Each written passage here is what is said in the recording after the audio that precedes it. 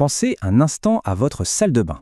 Sur l'étagère, il y a sûrement une crème hydratante, un écran solaire, bref, des produits remplis de noms chimiques qui ont l'air super compliqués. Et si je vous disais que les principes chimiques derrière tout ça sont aussi à l'œuvre en nous? C'est ce lien assez fascinant entre nos cosmétiques et notre propre biologie qu'on va explorer ensemble aujourd'hui. Ah, on est tous passés par là, n'est-ce pas? On retourne le produit, et là, une liste d'ingrédients longue comme le bras avec des termes absolument imprononçables. On a l'impression de lire une publication scientifique, pas l'étiquette d'une crème. Alors, au fond, qu'est-ce que tout ce jargon signifie vraiment? Allez, c'est parti. On va décortiquer ça ensemble, pas à pas. On va essayer de décrypter ces formules, en commençant par le tout début, vraiment le socle de toute la chimie organique. Et tout commence ici, avec les hydrocarbures. Il faut voir ça comme la brique de Lego la plus simple, la plus fondamentale, à la fois pour le vivant et pour la chimie. C'est juste deux éléments, du carbone et de l'hydrogène. C'est le point de départ de quasiment tout ce qu'on va aborder. Prenons un exemple bien concret, le squalane. C'est un actif hydratant super efficace qu'on trouve dans plein de produits. Son nom, il vient du squalène, une molécule qu'on produit naturellement dans notre sébum, mais qui, pendant longtemps, a été extraite du foie de requin.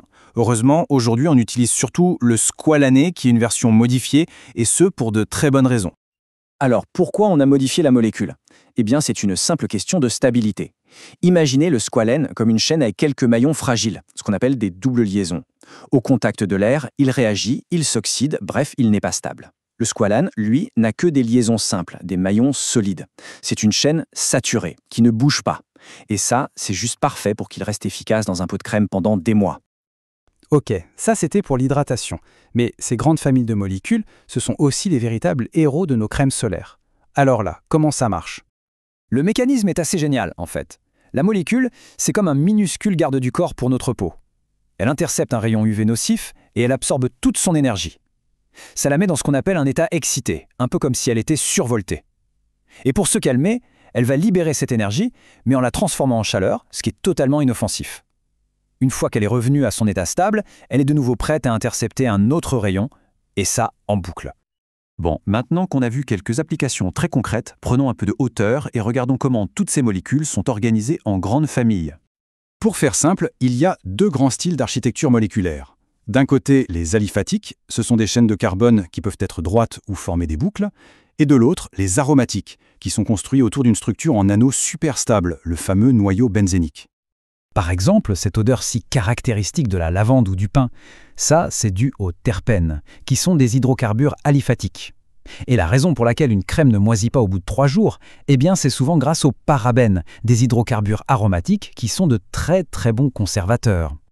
Et justement, en parlant des parabènes, il faut savoir qu'il y a un débat scientifique important à leur sujet. D'un côté, leur efficacité en tant que conservateur est indéniable, mais de l'autre, comme le souligne la source qu'on analyse, certaines recherches explorent leur rôle potentiel en tant que perturbateurs endocriniens, ce qui soulève évidemment des questions sur leur utilisation à long terme. Et c'est là que toute l'histoire prend une dimension vertigineuse, parce que ces mêmes briques de Lego, ces atomes de carbone et d'hydrogène, ils ne servent pas juste à fabriquer des produits qu'on achète. Ils sont le fondement même de la vie. Ils nous constituent. Alors là, on quitte l'étagère de la salle de bain pour plonger au cœur même de nos cellules. On va parler des 4 grandes familles de molécules qui construisent et qui font fonctionner absolument tout être vivant. Les voici, les 4 piliers du vivant. Les lipides, ce sont nos graisses. Les glucides, nos sucres. Les protéines, qui sont à la fois les bâtisseurs et les ouvriers de nos cellules.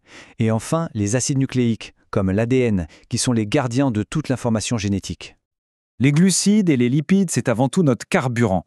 Les glucides, c'est un peu l'énergie express, le sucre rapide disponible tout de suite. Les lipides, eux, c'est plutôt la réserve d'énergie sur le long terme. Et en plus, ils forment l'enveloppe de chacune de nos cellules. Et puis, il y a les protéines. Alors elles font absolument tout. Elles sont les poutres de nos tissus, comme le collagène, elles transportent l'oxygène, elles sont nos messagers, elles accélèrent les réactions chimiques, de vraies petites machines moléculaires à tout faire, construites à partir de seulement 20 briques de base, les acides aminés. Mais la question c'est, comment est-ce qu'une simple chaîne d'acides aminés peut devenir une machine aussi sophistiquée? Le secret, c'est son repliement. C'est comme de l'origami, mais à une échelle incroyablement petite. Imaginez un long fil de perles. Ça, c'est la structure primaire, juste la séquence. Ensuite, ce fil va commencer à se tortiller à certains endroits pour former des spirales ou des feuillets. C'est la structure secondaire. Puis, l'ensemble se replie sur lui-même, un peu comme une pelote de laine, pour former une structure 3D complexe. C'est la structure tertiaire, et c'est elle qui donne sa fonction à la protéine. Et parfois, plusieurs de ces pelotes s'assemblent pour travailler ensemble.